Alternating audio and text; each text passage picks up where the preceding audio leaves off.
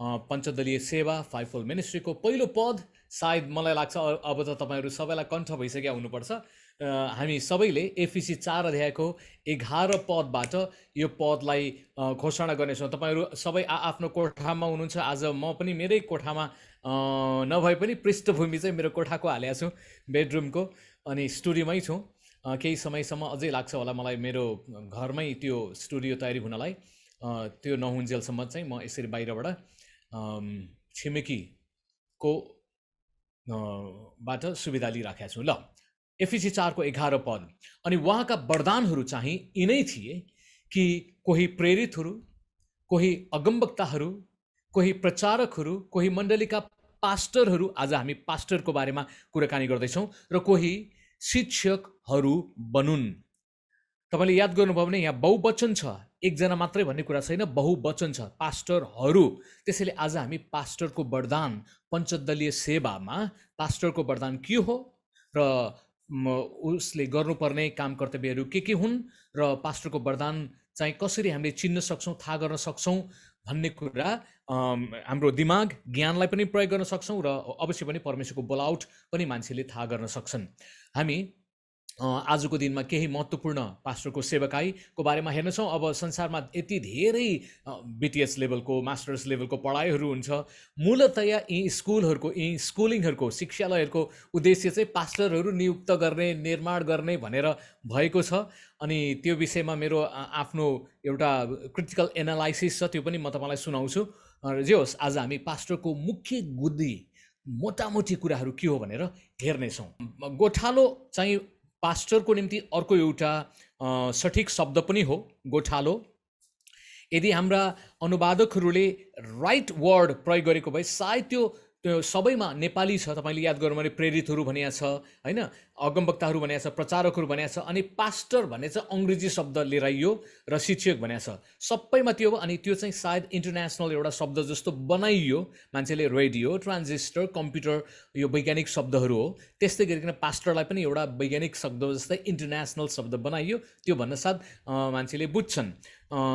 तर गोठालो पनि एउटा पर्यायवाची शब्द, त्यसमा सठिक शब्द हुन सक्थ्यो। ग्रिक भाषामा पास्टर भन्ने शब्दलाई पोइमेन भन्ने शब्द चलाइएको छ।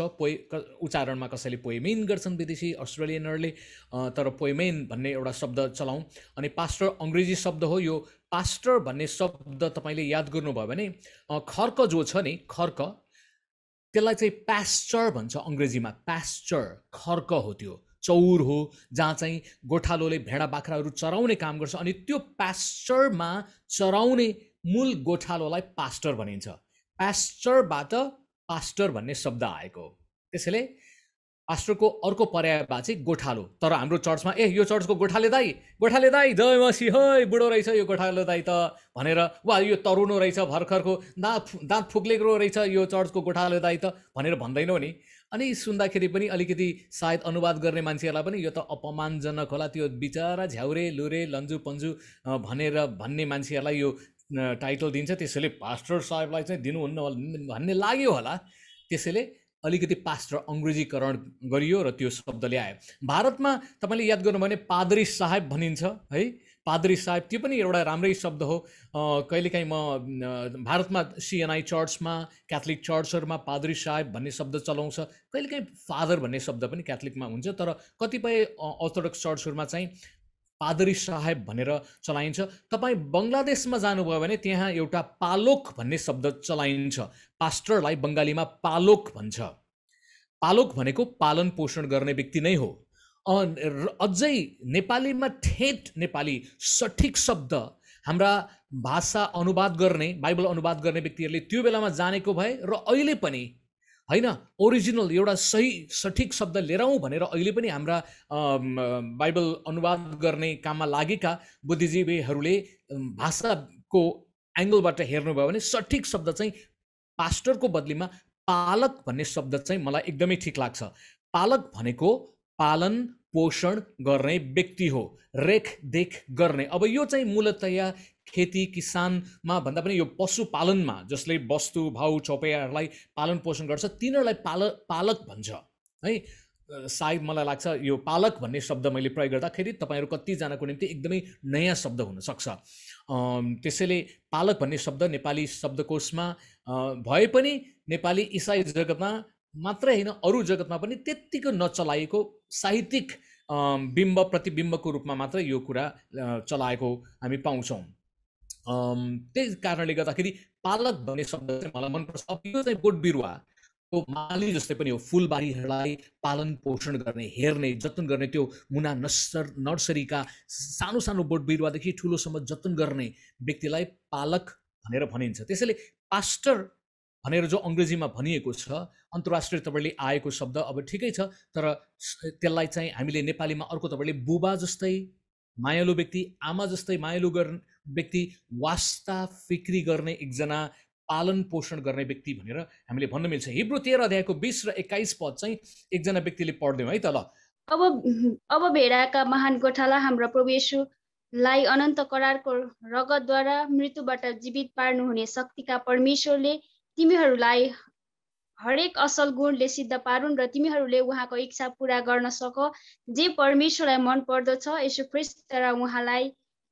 ख्रीष्टद्वारा उहाँले तिमीहरूमा गरून्। उहाँको महिमा युगान युग भइरहोस्। आमेन। आमेन आमेन। धन्यवाद। यो कुरा अनुसार हामी के देख्छौँ? येशू प्रभुलाई बाइबलमा महान गोठाला, मूल गोठाला भनेर बताइएको छ। त्यसैले हरेक धर्मगुरुहरूले, चर्चको पास्टर अगुवाहरूले हरेकले यो कुरा याद गर्न आवश्यक छ।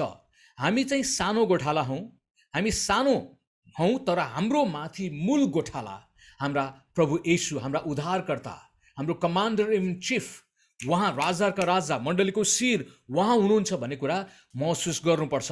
उनीहरूले जबरजस्त यो कुरा विकास गर्नुपर्छ।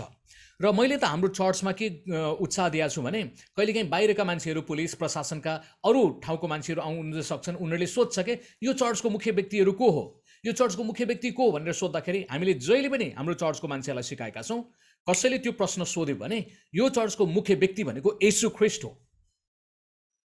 को येशू ख्रीष्ट? हाम्रो परमेश्वर, राजाहरूको राजा, प्रभुहरूका प्रभु, असल गोठालो, महान गोठालो येशू हो। चर्चको मुख्य शिर, केन्द्रबिन्दु, कुनै ढुङ्गो येशू ख्रीष्ट हुनुहुन्छ। अनि त्यसपछि उनीहरू पजल हुन्छन्। त्यसपछि होइन होइन यो चर्चको मान्छेहरू सोध्या भन्यो भने हो, त्यो बेलामा चाहिँ मान्छेहरूको नाम यो यो यो यो भनेर भन्ने। अनि हाम्रोमा सजिलो छ, हामीले 4-5 जना अगुवाहरूको नाम तिनीहरूलाई थाहा छ। हामीले खासै हाम्रो चर्चमा पास्टर भन्ने शब्द ठ्याक्कै चलाउँदैनौँ। अधिकांश चर्चहरूमा त्यो बानी भएको जस्तै गरिकन हामीले अगुवाहरू भन्छौँ। त्यसैले अगुवाहरू, अब हाम्रो चर्चमा अगुवाहरू भनेर भन्नु भनेको अरू चर्चमा पास्टर भन्नु र हाम्रो चर्चमा अगुवा भन्नु एउटै हो। काम गर्ने तौर तरिकाहरू सबै एउटै छ। सबै अगुवाहरू मिलेर पास्टरको काम नै गर्छौँ। एकजना व्यक्तिमा मैले जबरजस्ती म आफैलाई पास्टरको रूपमा स्ट्याब्लिस गर्न चाहिनँ, किनभने त्यो मेरो गिफ्ट पनि होइन। म मोर अफ आवाज उठाउने शिक्षक हुँ भनेर भनिराखेको छु। र मैले पास्टर पद नभइकन पनि आई क्यान बी ह्याप्पी। नेपालमा चर्च फुटाएर, झगडा गरेर, न्यु खोजेर, जहाँ चर्च छ त्यहीँ नै अर्को यहाँको त्यहीँ नै चर्च खोलेर त्यो मानसिकता छ नि, त्यो मानसिकता मैले तोड्न चाहेँ। तिमी आफ्नो दान वरदान प्रयोग गरेर खुसी हुन सक्छौ, आनन्दित हुन सक्छौ। तिमीलाई पद चाहिँदैन, पद नभए पनि you can still be happy भन्ने कुराको एउटा डेमो हाम्रो चर्चमा, त्रिएक चर्चमा हामीले गरिराखेका छौँ। हामी पदमुखी छैनौँ, हामी सम्बन्धमुखी छौँ। ओके, मनमा धेरै कुराहरू छ, हामी अर्को क्लिपमा बढ्नुपर्ने छ। त्यसैले म तपाईँलाई उत्साह दिन चाहन्छु, पास्टर अगुवाहरूले भन्न लगाउनुपर्छ, सिकाउनुपर्छ कि हाम्रो चर्चको मूल गोठाला येशू हुनुहुन्छ, मूल व्यक्ति येशू हुनुहुन्छ, शिर उहाँ हुनुहुन्छ। हामी त उहाँ मुनिका साना साना गोठालाहरू भनेर भन्दाखेरि कुनै आपत्ति हुँदैन। हामी अर्को क्लिपलाई हेर्नेछौँ। ल, गोठालोको 4वटा महत्त्वपूर्ण कामहरू हामीले याद गर्नुहोस् है। पास्टरलाई गोठालो भन्ने शब्दमा लगाएँ, अब म अर्को एउटा शब्द त्यहाँ टाइप गरिएको छैन, त्यो पनि गर्न लगाउँछु। हामीले गोठालोको 4वटा महत्त्वपूर्ण काम भनेर भन्दाखेरि यो मैले भन्दै गर्दाखेरि मेरो दिमागमा पास्टर मात्रै भन्ने त्यो नाम प्रयोग गरिएको छ नि नेपाली समाजमा। पास्टर त्यो ट्रेडिसनल स्पिरिटबाट, त्यो ट्रेडिसनल माइन्डबाट मैले बोलिराखेको छैन। त्यसैले तपाईँ मसँगै सोच्नुहोस् भनेर भन्न चाहन्छु। जब मैले अब यहाँ गोठाला भने, एल्डरहरू पनि गोठाला नै हो चर्चको। ओके, थियोलोजिकल्ली कुराकानी गर्ने भने एल्डर भन्नु र पास्टर भन्नु एउटै कुरा हो। यी दुवै, पास्टर भनेको पनि वास्तवमा एल्डर नै हो, आत्मिक अगुवा नै हो। त्यसैले आत्मिक अगुवाहरू मिलेर चर्चको बगालको जतन गर्नुपर्छ। तर स्पेसिफिकली पास्टरको हृदय भएका अगुवाहरू, मण्डलीमा पास्टर पद होला एकजनाको, तर पास्टरल हृदय भएका व्यक्तिहरू अरू थुप्रै महिला पुरुष दाजुभाइ दिदीबहिनी धेरै हुनसक्छ। यो कुरा पनि हामीले बुझौँ। र मैले गोठालोको 4 महत्त्वपूर्ण काम भनेर भन्दाखेरि पास्टर मात्रै भन्न खोज्दै छैन है, एल्डरहरू पनि भनेर भन्दैछु। तपाईँले यो कुरा बुझ्नुहोला। वा कहिलेकाहीँ मैले गोठालाहरू अगुवाहरू भनेर भन्दाखेरि तपाईँले यो 5 फोल्ड मिनिस्ट्रीको कुराकानी गर्दैछ, यो मध्ये एकजना व्यक्ति भनेर भने हो भनेर बुझ्नु होला। मैले जब अगुवाहरू भन्छु पास्टर मात्रै कहिले पनि मेरो दिमागमा हुँदैन, त्यो कुरा मेरो उसमा सधैँ छैन। मेरो दिमागमा अगुवाहरू भनेको यो 5 किसिमका अगुवाहरू छन्। ओके, ल हामी केही क्लिपहरू हेरौँ, 4वटा महत्त्वपूर्ण कुराहरू। कुनै पनि पास्टरको वा अगुवाको, चर्चको अगुवाको, एल्डरहरूको महत्त्वपूर्ण काम भनेको उसले चराउने काम गर्छ भेडा बाख्राहरूलाई, चौपायाहरूलाई। यसरी चित्रमा तपाईँले देख्नुहुन्छ कति मजाले चराइराखेको छ, हरियो परियो ठाउँमा, जहाँ पानी छ, जहाँ सुरक्षित छ, जहाँ राम्रो घाँस छ, पोषणयुक्त घाँस भएको ठाउँमा उसले चराउने काम गर्छ। अर्थात् अर्को तपाईँले भन्यो भने के, चर्चको विश्वासीहरूलाई लिएर हेले माले हो हो आइजे, हे काले सेते गरे भुन्टी पुन्टी आइजे भनेर बोलाउने होइन, खेतबारीमा लाने चराउन लाने भन्न खोजे हो होइन। हामीले वचनको चरौरमा अर्थात् वचन, परमेश्वरको वचनबाट उनीहरूलाई सिकाउँछौँ, बुझाउँछौँ, सम्झाउँछौँ, अर्थी उपदेश दिन्छौँ। त्यो कुरा मण्डलीको आराधनाको सेवामा होला, त्यो कुरा घरेलु सङ्गतिमा होला, त्यो कुरा तपाईँको आजभोलि जुमबाट होला, कुनै पनि व्यक्तिगत तपाईँले भेटघाट हुँदाखेरि अर्थी उपदेश शिक्षा दिनुहुन्छ, वचन खुवाउने काम। कहिलेकाहीँ पास्टर र शिक्षक चाहिँ सँगसँगै लगेको अवस्था पनि छ धेरै जसो ठाउँमा। ट्रेडिसनल जसले यो 5 फोल्ड मिनिस्ट्रीलाई मन पराउँदैन तिनीहरूले चाहिँ पास्टर भन्नुपर्ने, अगमवक्ता भन्नुपर्ने, शिक्षक भन्नुपर्ने, प्रचारक भन्नुपर्ने, प्रेरित भन्नुपर्ने, टाकटुकै एउटै डाडु चम्चा एउटै हो भनेर जबरजस्त त्यो मिसाउने काम पनि गरेको छ। हो, अगुवाहरूले, आत्मिक अगुवाहरूले जहिले पनि वचनको सेवाकाई गर्नै पर्छ, चाहे प्रेरित होस्, चाहे अगमवक्ता होस्, चाहे प्रचारक होस्, चाहे शिक्षक होस्, पास्टर होस्। उसको एउटा महत्त्वपूर्ण काम भनेको यिनीहरू आत्मिक अगुवाहरू हुन्, मण्डलीको गोठालोहरू। यिनीहरूले मण्डलीलाई खुवाउनै पर्छ, वचनको डोज दरो दिनै पर्छ। मिलेर गर्दाखेरि चाहिँ सन्तुलित आहार हुन्छ नि। कोही मान्छेले भात बहादुर भुँडी ड्याम्म लाग्छ, भात मात्र दियो भने, अर्थात् अनुग्रहको मात्रै कुराकानी गर्यो भने, प्रभुले तिमीलाई माया गर्नुहुन्छ, प्रभुले तिमीलाई फिक्री गर्नुहुन्छ भन्यो भने त्यो छिप्पिएको बोसो लागेको यत्रो थलथले भेडो बन्छ।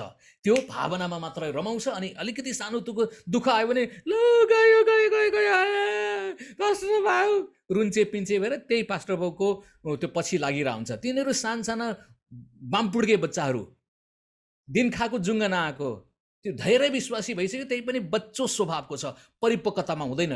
भुक्लक्क हिँड्यो भने लडिहाल्न खोज्छन्, त्यो छिप्पु बामपुड्के विश्वासीहरू।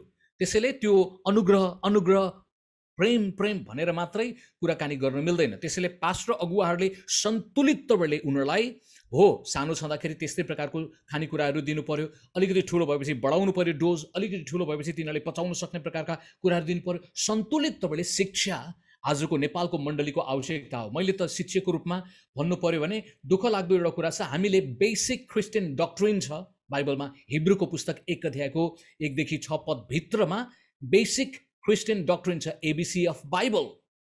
पश्चाताप गर्ने, विश्वास गर्ने, मरेका कामबाट पश्चाताप, बप्तिस्माहरू, अनि इन्साफ, पुनरुत्थान, विभिन्न प्रकारका कुराहरू छ बेसिक क्रिस्चियन डक्ट्रिनमा पर्ने। तर नेपालको मण्डली बेसिक क्रिस्चियन डक्ट्रिनकोमा पनि धेरै जसो पुलपिटमा तपाईँले याद गर्नुभयो भने विश्वास, भरोसा, चङ्घाई, आशा, प्रभुमा हेरिराख, प्रभुको बाटो हेर, त्यसैमा सेरोफेरोमा घुमिराखेको छ, विश्वासकै कुराहरूमा घुमेको छ। हामी बप्तिस्माहरूको बारेमा जानुपर्ने हो। बप्तिस्मा त पानीको बप्तिस्माको बारेमा मात्रै थाहा छ धेरै जसो मण्डलीमा, कसैलाई पवित्र आत्माको बप्तिस्माको बारेमा थाहा छ। कष्टको बप्तिस्मा भन्ने कुरा त कतिपय नेपालको चर्चलाई थाहा छैन। अझै उग्र अनुग्रहवादी भनिएका बिग त्यो मेगा चर्चमा त कष्टको बप्तिस्मा भनेको कुरा त के हो? कहाँबाट आयो यो शिक्षा? कहाँ छ? बाइबलमा छ र? हिब्रूमा खोलेर देख्यो भने उनीहरूको आँखा त गोलबडाको जत्रो हुन्छ। अरे के हो यो? जब कष्टको बत्तिस्माको बारेमा शिक्षा सिकाउँछ सायद मान्छेहरूलाई मन पर्दैन। अर्थात् त्यसले के भन्छ भने ख्रिस्ट येशूमा आएपछि हामीले दुःख कष्ट भोग्नै पर्छ। It's part of Christian life. प्रेरितहरू प्रभुको निम्ति कष्ट भोग्नलाई तयारी थिए। अर्ली चर्च सुरुको मण्डली कष्टबाट उनीहरू गए अनि साँचो तवरले प्रभुलाई पछ्याउने मान्छेहरूको जीवनमा हाई सन्चो एभ्रिथिङ विल बी स्मुथ भनेर उग्र हाइपर ग्रेस र फेथ क्लेम भिक्टोरी भन्ने यो कुराकानी गर्नेहरूले त्यसको एउटा पाटो छ, ठिक छ, तर त्यो एक्सट्रिम कुराकानी गर्दाखेरि तिनीहरूले अरू शिक्षालाई ओझेलमा पारिदिन्छ। त्यसैले हामी सन्तुलित तवरले जान आवश्यक छ र मण्डलीका मान्छेहरूले सन्तुलित तवरले शिक्षा लिएर आउन आवश्यक छ। पास्टरले मात्रै कुराकानी गर्यो भने अनुग्रहको कुरा सफ्ट एन्ड हगीडुबी होला, तर त्यहाँ शिक्षक हुन्छन्, त्यहाँ अगुवा हुन्छन्, अगुवक्ता हुन्छन्। त्यसरी उनीहरूले मिलेर चर्चलाई बगललाई जतन गर्न सक्छ। कहिलेकाहीँ घर परिवारमा याद गरौँ न, कोही आमाले एकदमै लाडे प्यारमा बच्चालाई जे भने त्यही गरेर मात लगाएर हुन्छ, तर बाउको उपस्थिति देखेपछि तर्सिन्छ नि। उनीहरू सतर्क हुन्छ। एउटा उसको कडा साइडको प्रेम हुन्छ, एउटाले सफ्ट लभ देखाउँछ नरम प्रेम, एउटाले हार्ड लभ। हाम्रो घरमा म चाहिँ सफ्ट लभ देखाउने बच्चाहरूलाई प्रेम हो, आमाको चाहिँ हेभी ड्युटी छ। अधिकांश घरमा आमाको चाहिँ सफ्ट प्राय हुन्छ नि। अनि तर हाम्रो घरमा अलिकति उल्टो, बच्चाहरू मसँग सानो छँदाखेरि सफ्टली गर्थे। ओके, फरक हुनसक्छ। त्यसैले चर्चमा पनि पास्टर अगुवाहरू मूलतया पास्टर अगुवाहरू भन्न साथ सफ्ट टाइपका मान्छेहरू नै हुन्, वास्ता गर्ने, फिक्री गर्ने, अलिकति वार्म फिल भेडाहरूलाई हुन्छ, उनीहरूको चरणमा आएर उनीहरूको दुःख सुख बताउने कुरा हुनसक्छ। अर्को समयको कारणले गर्दाखेरि अर्को क्लिपलाई हेरौँ है त। ल, वचनको चौरमा चराउने पछि अर्को एउटा कुरा हो अगुवाई गर्ने। झन्डै यो अगुवाई गर्ने कुरा पनि वचनसँग सम्बन्धित नै छ, तर कहिलेकाहीँ अलिकति त्यो चाहिँ पुलपिटको सेवकाई हो भने अगुवाई चाहिँ कहिलेकाहीँ मोर अफ पर्सनल लेभलमा आयो। व्यक्तिगत तवरले उसलाई शिक्षा दिने, उसलाई बाटो देखाउने, गाइडेन्स फर लाइफ। कहिलेकाहीँ उसले विवाह गर्न चाहेको छ अरे, होइन? विवाह गर्न चाहेको छ भने उसले केटा पाएन वा केटी पाएन भने के गर्ने? अलिकति पर्सनल्ली इनिसिएटिभ देखाएर यो किताब पढ तिमीले नानी बाबु भन्न सकिन्छ। तपाईँले पुरै बताउने बयान हुँदैन। आजभोलि त एकदमै राम्रो, लकडाउनको समयमा तिमीले यो किताब पढ भनेर सिफारिस गर्दैन। मैले कतिपय व्यक्तिहरूलाई मेरो त्यो विवाहको रहस्य चाहिँ फोटो खिचेर पनि पठाइदिएँ, तिमीले यो पढ, तिमी विवाह गर्नलाई तयारी छ भने यसले तिमीलाई सहायता गर्छ भनेर पठाइदिएँ। त्यो पनि एउटा उपाय हो। सेल गर्ने समय पनि छैन, मेरो पहिलो प्रिन्ट सिद्धि पनि छ, रिप्रिन्ट गर्नलाई सकिँदैन, तर एक दुईजनालाई चाहिँ साह्रै इन्ट्रेस्टेडलाई चाहिँ ल यो पढ भनेर पनि गर्न सकिन्छ, ताकि पर्सनल किताबबाट पनि काउन्सिलिङ भयो वा व्यक्तिगत तवरले पनि काउन्सिलिङ भयो, सल्लाह दिने भयो, शिक्षा दिने भयो, बाटो देखाउने विवाहको बारेमा। उसको निर्णय गल्ती पनि हुनसक्छ वा ठिक पनि हुनसक्छ, राम्रो छ भने गुड जब भनेर। त्यस्तै गरेको पढाइको विषयमा हाम्रा पास्टरले उसको आत्मिकी वास्ता मात्रै गर्दैन। साँचो पास्टर, साँचो आत्मिक अगुवाले उसको चौतर्फी विकास, उन्नति, प्रगतिको चासो देखाउँछ। र पढाइ जस्तै एसई पास गर्यो अरे, अब उसलाई के पढ्ने भन्ने कुरा उसलाई थाहा छैन भने तपाईँ अलिकति अनुभवी छ भने यो पढ्दा, यो विषय पढ्दा यसरी फाइदा हुन्छ है, गाइडलाइन्स दिने। त्यो पनि पार्ट अफ पास्टरल मिनिस्ट्री हो। साँचो पास्टरले, साँचो हृदय भएको पास्टरले मेरो सेवाकाई त पुलपिटबाट वचन प्रचार गर्ने, प्रार्थना गर्ने, आत्मिकी कुरा मात्र हो, फिजिकल कुराहरूमा मलाई मतलब छैन भनेर कहिले पनि भन्दैन। उसको पर्सनल चासो उसको व्यक्तिगत जीवनमा पनि हुनसक्छ। अब चाहिने भन्दा बढी गर्नु भएन, तर कतिपय कुराहरूमा जो चाहिँ उसकोमा नेचरली आउँछ, उसको विवाहको बारेमा के छ सरोकार वा यो वास्ता देखाउने, काउन्सिलिङ गर्ने कुरा उसले गर्न सक्छ। त्यसै के पढ्ने, अब तपाईँलाई त्यो कुरा थाहा छैन भने, त्यो पास्टरलाई थाहा छैन भने कहिलेकाहीँ एक्सपर्ट बाहिरको मान्छेलाई ल्याएर यो गर भनेर एक्सपर्टहरूलाई ल्याएर बताउने, सल्लाह सुझाव दिन पनि सकिन्छ। अनि कहिलेकाहीँ पढाइको विषयमा पनि कहिलेकाहीँ मान्छेहरू आर्ट्समा एकदमै राम्रो हुन्छ, साइन्सको विषय लिएर पढिरहेको हुन्छ, सबैले साइन्स पढ भनेर प्रेसर दिए भएर उसको 2 वर्ष बेकार, अनि फर्केर फेरि आर्ट्समा जानुपर्छ, पैसा बेकार, 2 वर्ष बेकार, अनि उसको साथीहरू अगाडि बढिसकेका हुन्छ, ऊ त्यही लेभलमा हुँदाखेरि अलिकति फ्रस्ट्रेसन हुनसक्छ। त्यसैले उसको व्यक्तित्व अनुसार, उसको रुचि अनुसार के छ भनेर एक प्रकारको काउन्सिलिङ, परामर्शको सेवा दिन सकिन्छ। बिजनेसको कुरामा मैले चाहिँ प्राय के भन्ने गरेको छु भने हाम्रो चर्चको मान्छेहरूलाई, तिमीहरूको मेजर डिसिजन गर्नु अगाडि, जीवनको महत्त्वपूर्ण निर्णय गर्नु अगाडि चर्चको आत्मिक अगुवालाई त्यो कुरा एकचोटि जानकारी देऊ। कम्तीमा पनि प्रार्थनाको निम्ति होला, त्यो सल्लाह सुझावको निम्ति होला, जस्तो जग्गा किन्ने बेच्ने। हाम्रो चर्चमा धेरै मान्छेले, मलाई याद छ एकचोटि एउटा परिवार थियो, उसले त्यो जमिन करिबन 80,000 ऋण थियो र पुरै बेच्दाखेरि करिब 7 लाख समथिङ पायो भने सबै म बेचिदिन्छु, म ऋण तिर्छु भनेर भन्यो। तर म एउटा अगुवाको रूपमा अलिकति अगमबाणिक भविष्य परमेश्वरले प्रकट गर्नुहुने व्यक्तिको रूपमा मैले उसलाई भने, तिमीहरू चिन्ता नगर, यो नबेच, तिमीहरूको ऋणले पोल्यो, ठिक छ, सह ऋण ब्याज तिरिराख, मूल्य, जग्गाको मूल्य बढ्दैछ अनि मैले चर्चमा पनि प्रचार गरेँ, शिक्षाबाट पनि दिएँ, पर्सनल्ली पनि तिनीहरूलाई त्यो कुरा भने, नबेच, प्रार्थना गऱ्यौँ प्रभुले सहने ऊ कुरा दिउँ भनेर। अनि साँच्चै नै नभन्दै ऊ 7 लाख समथिङमा बेच्नलाई तयारी भएको मान्छे, अनि नभन्दै जग्गाको मूल्य बढ्यो र मलाई लाग्छ अहिले तिनीहरूको 5, 6, 5, 30, 3 करोड रुपियाँ त्यो जमिनको मूल्य पुगेको छ। ओके, 3 करोड 7 लाखमा बेच्न तयारी भएका मान्छेहरू कुरा भने उनले सल्लाह मान्यो र उसको ऋण पनि तिरेछ। उनीहरू एक प्रकारले साउजीहरू भाछन्। अगुवाको रूपमा मेरो सरोकार छ, मैले चर्चलाई पटक पटक भने, हाम्रो चर्चलाई जमिन नबेच। धेरै जसो मान्छेहरूले त बेचेन हाम्रोमा, अनि कोही कोही चाहिँ विद्रोही हुन्छन्, दारीवालाको कुरा के सुन्ने, यसलाई यो यसको कुरा सुन्दिनँ भनेर नसुन्ने मान्छे हुन्छन्। अनि त्यो जसले सुनेन नि एकजना मात्रै, मैले थाहा पाएअनुसार एकजनाले मात्रै हाम्रो चर्चमा सुनेन, अलि उनले ड्याम्की ड्याम बेच्न थाल्यो, 8 लाखमा जमिन बेचिदिइहाल्यो अनि आखिरमा घाटा उसैलाई भयो क्या। आखिरमा त्यो जमिन 50 लाख पुगेको छ, 8 लाखमा पायो। उसको छोटो बुद्धि, मैले 1,10,000मा किनेको थिएँ, त्यसैले मैले 8 लाख पाएँ, फाइदै छ नि। मेरो भनाइ, हेर तेरो एक दिन 50 लाख पुग्छ कट्ठाको, तँलाई त्यो घाटा हुन्छ भने लामो बिग पिक्चरमा मैले उसलाई अर्थी दिएँ। ऊ छोटो दिमागको मान्छे, तेरो कुरा किन मैले सुन्ने भनेर मलाई पेलाइ गर्यो। जङ्गबहादुर स्वभावको एकजना व्यक्ति छ, नाम नबताउँ है। त्यसैले घाटा कसलाई भयो? उसलाई भयो। अब उसले घाटा गर्दाखेरि अब घुमाउरो पाराले घाटा त मलाई पनि छ त्यहाँ।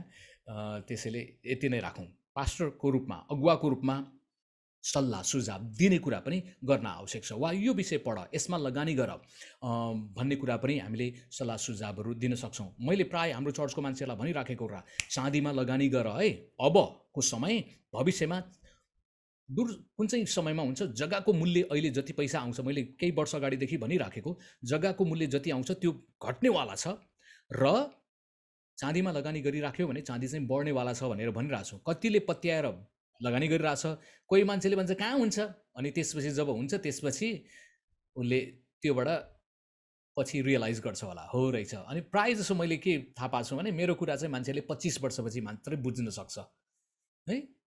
जो पाए मान्छेले सितिमिति मलाई विद्रोही सम्झिन्छ, दारीवाला यो चितवनको अलि हाउडे कुरा गर्छ यसले भन्ने कुरा कानी गर्छ। तर 25-30 वर्षपछि हो रहेछ, तपाईँको कुरा चाहिँ ठिक रहेछ, मैले गल्ती गरेँ भनेर भन्ने मान्छेहरू हुन्छन्। त्यसैले व्यक्तिगत रूपले चासो सरोकारका कुराहरू पनि हुन सक्छन्। अर्को क्लिप हेरौँ है त। तेस्रो कुरा, रक्षा र सुरक्षा गर्ने। तपाईँले लिटरल्ली अक्षरश रूपमा हेर्नुभयो भने साँचो गोठालोले आफ्नो वस्तुभाउहरूलाई अरू स्याल, ब्वाँसो, फ्याउराबाट, जङ्गली जनावरबाट, शत्रुबाट, चोरिनबाट बचाउँछ र जहाँ पाए अर्काको बालीमा लाग्नबाट पनि बचाउँछ। उसको लट्ठी हुन्छ, ओए भनेर बदमासलाई ठ्याङ्ग हिर्काइदिन्छ वा तानेर पनि त्यसले लिएर आउन सक्छ। त्यसैले आन्तरिक तवरले पनि रक्षा गर्ने, बाहिरी तवरले पनि रक्षा गर्ने। त्यसैले यो रक्षा गर्ने काम चाहिँ अब अहिलेको अवस्थामा कसरी त भन्दाखेरि, विशेष गरिकन सही शिक्षा दिएर झुटा शिक्षाबाट रक्षा गर्ने। झुटा शिक्षाहरूबाट हामीले रक्षा गर्नुपर्छ। अहिले नेपालमा यो के अरे परमेश्वरको शक्तिशाली मण्डली भन्ने एउटा चिज आएको छ। शक्तिशाली परमेश्वरको मण्डली चाइनिज हावाबाट धेरै आएको छ। पहिला कोरियाबाट धेरै झुटा शिक्षा आयो, अहिले चाइनाको हावा पनि पस्या छ। त्यसपछि विभिन्न ठाउँहरूबाट झुटा शिक्षाका मिठा चिप्ला कुराकानी गरेर बोलेर बहकाउने आत्माहरू आइराखेको छ बाइबलमा भने जस्तै। त्यसैले सही शिक्षा दिएर सही प्रकारको सिद्धान्तहरू सिकाएर हामीले तिनीहरूलाई बढाउन आवश्यक छ। मण्डलीमा हामीले त्रिएक परमेश्वरको बारेमा अनिवार्य रूपमा सिकाउनुपर्छ, किनभने झुटा शिक्षाले आक्रमण गर्ने एउटा मुख्य कुरा भनेको त्रिएक परमेश्वरमा हो। कहाँ यसु परमेश्वर होइन? यसु त पुत्र मात्रै हो, यसु त सृजिएको हो, पछि आएको पवित्र आत्मा परमेश्वरै होइन, त्यो त एउटा शक्ति मात्रै हो। यस्ता लन्ठ्याङ मन्ठ्याङ कुराहरू यो झुटा शिक्षाको प्रायः जसो ग्रुपले एउटा नम्बर 1 अट्याक त्रिएक परमेश्वरमा गर्छ। त्यसैले हाम्रो चर्चको नामै त्रिएक चर्च हो। मलाई लाग्छ मैले थाहा पाए अनुसार मैले हाम्रो चर्चमा पहिलो पटकको म्यासेज नै त्रिएक परमेश्वरको बारेमा थियो र बेला बेलामा म त्यो विषयमा कुराकानी गरिरहन्छु, ताकि अरू मान्छेहरूले पिता मात्रै भन्दाखेरि उनीहरूले बुझिहाल्छ, झुटो, यसु मात्रै भन्दाखेरि भन्छ, पवित्र आत्मा मात्रै भन्ने ग्रुप त धेरै आइसकेका छैन, तर पनि त्यो आउन सक्छ भोलि पर्सि भनेर उनीहरूले बुझ्न सक्छ। त्यस्तै गरिकन गोठालोहरूले उनीहरूलाई प्रार्थनाद्वारा पनि रक्षा गर्छ। प्रार्थना गर्ने उनीहरूलाई कहिलेकाहीँ अन्तर्विन्तीको सेवकाईद्वारा होला, व्यक्तिगत प्रार्थनामा होला, वा उनीहरूलाई घर घरमा गएर भेटघाट गरेर होला। कसरी हुन्छ भेटघाट गर्ने, रक्षा गर्ने, विशेष गरिकन दुःख आपद पर्दाखेरि पनि उनीहरूलाई कसैले आक्रमण गरेको छ भने त्यो रक्षा गर्ने। हाम्रो चर्चमा एक दिन के भयो भने राति 10:30 बजेतिर हाम्रो चर्चको एकजना विश्वासीलाई त्यहाँ छिमेकी जडिया जाँड खाएर हे किरिस्ताने धर्म तिमीहरू भनेर नाना भाती गाली गरेछ। अनि त्यो बेलामा इमर्जेन्सी केस नै जस्तो थियो, फोन गरेछ, सायद म घरमा थिइनँ कि क्या हो, म बाहिर मिसन ट्रिपमा थिएँ। अनि मेरो श्रीमती चाहिँ अलिकति पास्टरल, हाम्रो चर्चमा पास्टर भनेर बगालको अलिकति घाँस बाँस कपास सबैको यसो याद गर्ने फिक्री गर्ने चाहिँ मेरो श्रीमती हो खास। अब नेपाली समाजमा चाहिँ उसलाई पास्टर भनेर भन्दैन है, पास्टर रुबेका भनेर भन्दैन, तर गिफ्टको हिसाबमा कुराकानी गर्ने भने अलिकति याद गर्ने ऊ नै हो। मेरो एउटा मान्यता चाहिँ के छ भने, मैले त चर्चमा विश्वासीहरूले भनेको छु, रातको समय भएपछि तिमीहरूलाई टाउको दुख्यो, भुँडी दुख्यो, बिमारी भयो, के भयो भने अगुवाहरूलाई बोलाउने होइन, खबर पनि नगर्नु। जाडो महिनामा 9 बजेदेखि 6 बजेसम्म र गर्मी महिनामा 10 बजेदेखि 5 बजेसम्म त खबर पनि नगर्नु। आफै नै प्रार्थना गर, आफै नै हात राख, वा बालबच्चाहरू मिलेर प्रार्थना गर, वा छिमेकमा नजिकै विश्वासी छ भने त्योसँग मिल। अगुवाहरूलाई दुःख नदेऊ, तिनीहरू पनि मेसिन होइन, तिनीहरू मान्छे हो, तिनीहरूलाई सुत्नुपर्छ, परिवारसँग आराम गर्नुपर्छ भनेर सिकाउने गरेका छौँ। तर मेरो श्रीमती रुबेका मान्दैन। फोन आयो भने जानुपर्छ, मुडा जाऊ, 2 बजे आइदेऊ, म चाहिँ मोबाइलबाट फोन गरिदिन्छु, जान्न भनेर मेरो आफ्नो स्ट्यान्ड छ। म शिक्षकको रूपमा तिनीहरूलाई बामपुड्के बनाउन चाहन्न, डिसिप्लिन पनि म लिएर आउन चाहन्छु। तर रुबेका सफ्ट भएर जाउँ त्यसलाई दुःख पर्यो। जे होस्, एक दिन रुबेका म थिइनँ र 10:30 भएको जाडियाहरूले पुरा दुःख दिएछ एउटा विश्वासी परिवारलाई। रुबेकाले सबै विश्वासीहरूलाई फोन गरेर महिलाहरूको आन्दोलन जस्तो नै बुर्र ग्रुप लिएर त्यो जडियाको घरमा र गएर थर्काएछ तिनीहरूलाई। कसले भने तिमीहरूलाई नेपालमा बस्न पाइँदैन भनेर, कसले भने गाउँबाट निकाल्छु भने, को हो, कुन चाहिँ के खाएर बोले हो तिमीहरू, भात खाएको छ कि गु खाएको छ, अलि डाइलग डरो पनि आउँछ कि चेलीबेटीहरूको। थर्काएछ पुरा। ती जडिया मान्छे त थुर भएर माफी मागेर, हजुर म्याडम हामीले गल्ती भयो, भुल भयो, पुलिसलाई नभनिदिनु होला, कसैलाई केही नभनिदिनु होला, हामी गर्दैनौँ। त्यहाँदेखि चुपचाप कहिलेकाहीँ भिड लिएर जानुपर्ने, बोलिदिनु पर्ने, रक्षा गर्नुपर्ने अवस्था पनि हुनसक्छ। अब राति प्रार्थनाको सवालमा मैले चाहिँ तपाईँहरूलाई भन्न चाहन्छु, तपाईँले बिमारी छ भने, टाउको दुख्यो, भुँडी दुख्यो भने पानी पिउनुहोस् है, जीवनजल राखिराख्नुहोस्। रिङ्गटा लगायो हो भने जीवनजल पिउनुहोस्, वा टाउको साह्रै दुखेर बिपी हाई छ भने कागती लेमन पानी राख्नुहोस्, सर 5वटा लेमन राखेर 1 लिटर पानीमा सट्ट पिदिनुहोस्। बिपी हाई छ भने त्यो आधी घन्टापछि सट्टै पास्टरलाई, सुतिरा मान्छेलाई, अगुवालाई परबाट बिउजाएर त्यो जाडो महिनामा पानी झरी लाग्यो होला, उसलाई के होला लिएर आउने। तपाईँको पिउन त होइन नि, गधा त होइन नि। कहिलेकाहीँ नेपालको मण्डलीमा पास्टरलाई चाहिँ गधा जस्तै जोत्ने काम भइरहेछ। अनि मेरो विचारमा अब यो कुरा चाहिँ शिक्षकहरूले पनि सिकाउन थाल्नुपर्छ है, तिनीहरूलाई आराम गर्ने चिज आराम गर्न देऊ। अब कोही मान्छे चाहिँ साह्रै माया गरेको कारणले गर्दाखेरि उनीहरू चाँडै मर्छन् पनि जस्तो लाग्छ मलाई। शिक्षाको सन्दर्भमा कुराकानी लिएर आउँ। मैले एक दिन एउटा पास्टर, काठमाडौँको ठुलै चर्चको पास्टर बित्नुभयो, 60 वर्ष नपुग्दै गर्दाखेरि। अनि उहाँहरूको चर्चको एउटा बुलेटिन पत्रमा उहाँको स्मृति सभामा एउटा श्रद्धाञ्जलीका, श्रद्धा सुमनका शब्दहरू लेखेको पढेको, मैले विश्वासीहरूले लेखेको पढेको है। त्यसलाई मैले क्रिटिकल्ली हेर्छु। उनीहरूको भनाइ, हाम्रो पास्टर कस्तो राम्रो हुनुहुन्थ्यो, जहिले बोलाए पनि आउने। ओके, जहिले बोलाए पनि आउने। तिनीहरूले 11 बजे 12 बजे पास्टर भाउ मेरो टाउको अलिकति दुखिरहेछ, हजुरले प्रार्थना गरिदिनु भए हुन्थ्यो भनेर भन्न साथ यो बिचरा बुढो मान्छे आफै रोगी छ, ख्वाक गरेछ, थोत्रो मोटरसाइकल लिएर काठमाडौँदेखि भक्तपुरसम्म जान्नुहुन्थ्यो रे बिचरा। पास्टरको हृदयबाट त राम्रो कुरा हो, तर उहाँले आफूलाई जतन गर्न नजानेको, आफू बिमारी छ भने मोबाइलबाट फोन गर्दिन नि त मिल्थ्यो, वा अरू एल्डर डिकनलाई पठाउन पनि मिल्थ्यो। विश्वासीहरूको पनि नराम्रो बानी, मलाई एल्डर चाहिँदैन, डिकन चाहिँदैन, मलाई पास्टर बाउ नै चाहिन्छ, उसैले हात राखेर प्रार्थना गरिदिनुपर्छ। बामपुड्के विश्वासीहरूले पास्टरलाई मात्रै खोज्छ, एल्डर डिकन अरू विश्वासीहरू मतलब गर्दैन। सायद शक्तिको पुजारी पनि होला, अनि पास्टरहरू चाहिँ मक्ख हुन्छ, मलाई तपाईँ बिना त केही पनि हुँदैन भन्दाखेरि उसले पनि राजा सम्झिन्छ आफूलाई, मक्खै। त्यो शक्तिको पुजारी चाकडीवादको शब्द पनि हामीले लिएर आउनुहुन्न, मताउनु हुँदैन। र हामी अगुवाहरूले पनि अरूहरूलाई पनि एउटा सिकाउनु पर्छ। यो पास्टरको विषयमा फेरि फर्केर जाउँ, जहिले बोलाए पनि आउने रे बिचरा, आम्मामा रोगी मान्छे, विश्वासीले पनि गल्ती गर्यो, हाम्रो पास्टर चाहिँ बोलाउँछ आइहाल्छ भनेपछि नभन्ने नि त, बरु डेकिन एल्डरलाई फोन गरे भए हुन्थ्यो नि त। त्यही रोगी बुढा, नाइ मलाई त्यही बुढा चाहिन्छ, एउटा गीत थियो नि, नाइ मलाई त्यही केटी चाहिन्छ भने जस्तै हामी कहिलेकाहीँ भेडो पाराको छौँ क्या, मलाई पास्टर नै चाहिन्छ। अनि हामीले व्यक्तिलाई खोज्यौँ, पोस्टलाई खोज्यौँ, किन? हामी शक्तिको पुजारी हौँ, हामीलाई त्यो व्यक्तिले केही मद्दत गर्छ कि अनुग्रह गर्छ कि भन्ने एउटा सोचाइले पनि हो। त्यसैले त्यो मानसिकतालाई हामीले तोड्नुपर्छ। हाम्रो चर्चमा कसैले पनि मलाई खासै खोज्दैन, लिडर्सहरू भन्यो भने खुसी छन्, तिनीहरू मिलेर हामी जान्छौँ। घरेलु सङ्गतिको कुराकानी गर्दाखेरि त हाम्रोमा अर्को एउटा परिवारहरू छ, तिनीहरूले बढी घरेलु सङ्गतिमा भेटघाट गर्ने काम गर्छ, म कहिलेकाहीँ बेला बेलामा जान्छु। तर राम्रो कुरा चाहिँ मैले सुरुदेखि नै 18 वर्ष अगाडिदेखि नै त्यो प्याटर्न बनाएको कारणले गर्दाखेरि एकजना व्यक्तिलाई मात्र हेर्ने चलन चाहिँ हाम्रो चर्चमा छैन। त्यो कुरा राम्रो कुरा। मैले जबरजस्त पुलपिट सेयरिङका कुराहरूमा, घरेलु सङ्गति कुराहरूमा हामी टिम हौँ, लिडरसिप टिम हौँ भन्ने कुरामा अनि मान्छेहरूलाई टिमको कुरामा त्यसरी नै गएको छ, त्यो राम्रो कुरा। अनि त्यो चर्चको मान्छेले भने हाम्रो पास्टरलाई जे दिए पनि खानुहुन्थ्यो रे, अम्बुई। एकछिन झट्टै हेर्दाखेरि बिचरा त्यो पास्टर त साधु जस्तै नै पनि हो, सोझै नै हो, जे दिए पनि खाइदिने, विश्वासीको मन राख्नलाई, खुसी बनाउनलाई। तर मैले क्रिटिकल एनालाइसिस गर्ने, डक्टरले त्यो पास्टरलाई नखा भनेको थियो रहेछ कतिपय चिजहरू, तपाईँ बिमारी छ, तपाईँ आराम गर्नुपर्छ, डक्टरको कुरा नसुन्ने। डक्टर ज्ञानी मान्छे हो कि विश्वासी ज्ञानी मान्छे हो?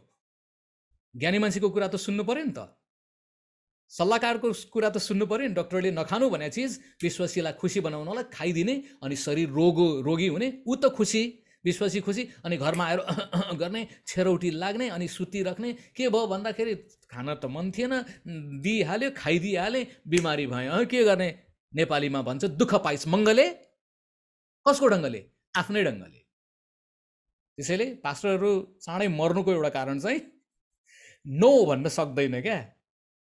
अनि विश्वासीहरूको पनि गल्ती, जुन पाए बेलामा बोलाउने हो, बिचरा उसलाई आराम चाहिँदैन, जे पाइँदै खान दिने हो, सोध्नु पर्दैन, पास्टर बाउ तपाईँलाई के छ, पानी, दुधको चिया, कालो चिया, लेमन टी, सोधौँ न। कसैले मलाई दुधको चिया नसोधिकन दिन्छ भने म प्राय खान्न, म कडा छु, सरी, तपाईँले मलाई नसोधिकन बनाउनु भयो, धन्यवाद। वा बनाउने सुरु गऱ्यो भने पहिल्यै भन्छु, तपाईँले बनाउनु खोजे हो, ओके।